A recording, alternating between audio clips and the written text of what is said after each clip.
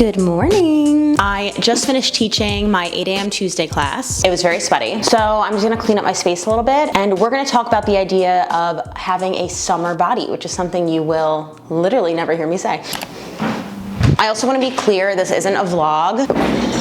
Really understand why, but sometimes people get very annoyed when I film my whole day as I'm talking about a topic. I'll just get comments like, I don't care about you, I just wanna know about what you're talking about. Great.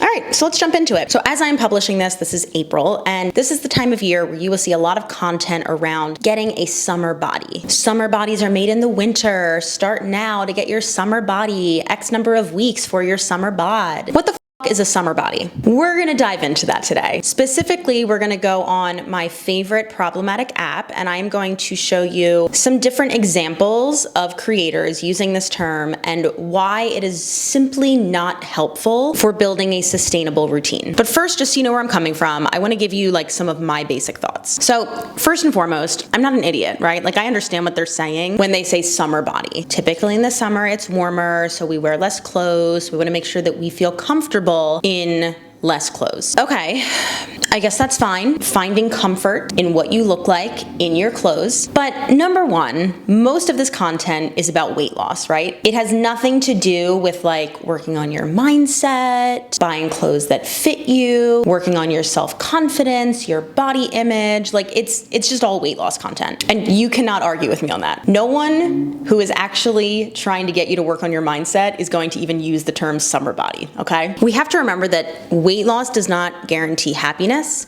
It does not guarantee a better mindset. It doesn't even necessarily guarantee better health. So acting like it's a fix-all for every problem that we have is irresponsible, and it's incredibly misinformed. But unfortunately, we live in a society that glorifies smaller bodies. So I do understand why this idea of summer bodies is kind of shoved down our throat, especially during this time of the year. So that was my first issue with it. My second issue with it is that it really does promote this yo-yo behavior, right? Because what all of this content relies on is the fact that you don't have a workout routine right now. You don't have a good relationship with your body, with food, with movement. So here's the quick plan that's gonna fix that just for the summer. And then in the summer, you can enjoy yourself, have fun, then you go back to your chubby winter body, and then you do it all again. How about just moving long-term? Look, I understand that having a goal or a motivation is great, and it can be very helpful. But I would simply rather hear someone talk about the importance of training year round. And look, I also understand that there are people, especially within the bodybuilder or even athletic community, that do bulks and cuts throughout the year. It's not what I'm talking about, and that is not who this content is for. This content is, summer body content is not for a bodybuilder. Absolutely not. The average person, yeah, your training should go through phases throughout the year, but this content isn't promoting that. This content is all about stopping and starting rather than just building a long-term habit. Because if you have a long-term habit, you won't have to buy whatever they're putting out. Okay, we're gonna look at a few examples. In this first one, I actually got in an argument with this creator over a different video she posted. She posted something that was in 6 weeks, if you do this program, you'll be unrecognizable to everyone in your life. And I was like, why do you want to be unrecognizable? What a terrible mind. Why are you why would you talk so meanly to yourself, So this TikTok is just Maggie from Ladder sprinting on the treadmill and then heaving. Cool. Let's read the verbiage here. So right at the top, we have, this is your friendly reminder, summer bodies are made in the winter. The reason I don't like that phrase is because it's not talking about it from a way of in the winter you bulk so that you can cut for the summer in terms of athleticism or bodybuilding phases of training. It really does imply that you should lose weight for the summer because you'll look better. It's just putting a morality on your body in a very underhanded way, where if you called them out for it, if you called her out for it, she's not gonna take it. Summer body starts now. So now we go through all of these different checkpoints. In 4 weeks, you'll start feeling better. You know what? If you commit to an exercise program for 4 weeks, yeah, you probably will feel a lot better. In 8 weeks, you'll start seeing changes in progress pictures. I think it's irresponsible to promise someone that because everyone's bodies are different, but okay. In 12 weeks, all your friends will be asking what workouts you're doing. Okay.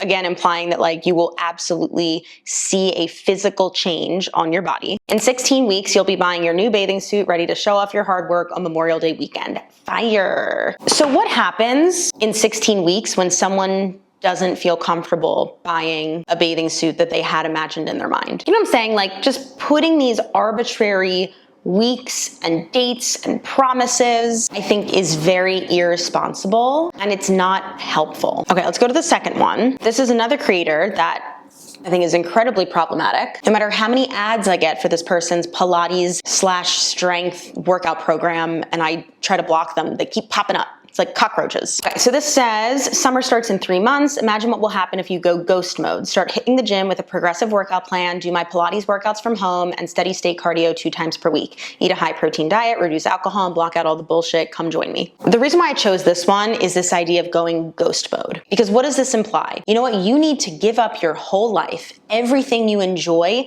to do this program with me. And then at the end of it, you'll be happy. Why do you have to give up everything? Like why do you need to disappear from your normal life just to get a summer body?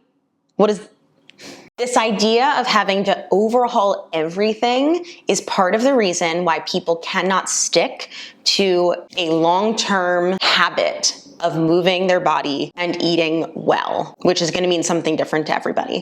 Ghost mode. I can't. So this is a workout routine that completely transformed her stomach. My ears are perked for spot reduction. Let's watch. So we've got some sprinting.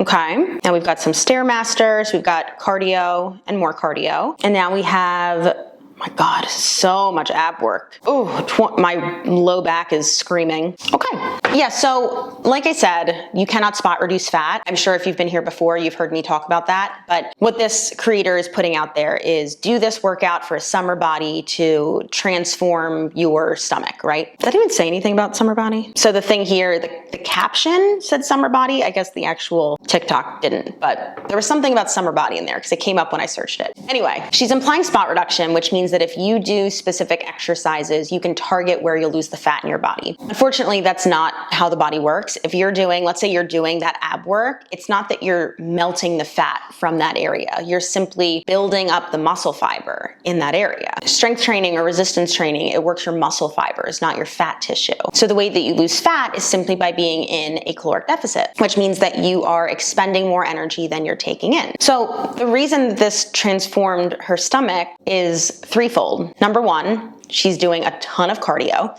So she is exerting a lot of energy. Number two, she's also doing a ton of volume of ab work. So as she is losing fat, she is seeing more definition because she's also building that definition underneath the layers of fat. Number three, and most importantly, she has the genetics that let her lose fat in her stomach area. Your genetics play a huge part in your body composition, where you lose fat, what you look like. I know that people don't like to hear that. I'm not saying it to be mean. I'm saying it so that you can be realistic.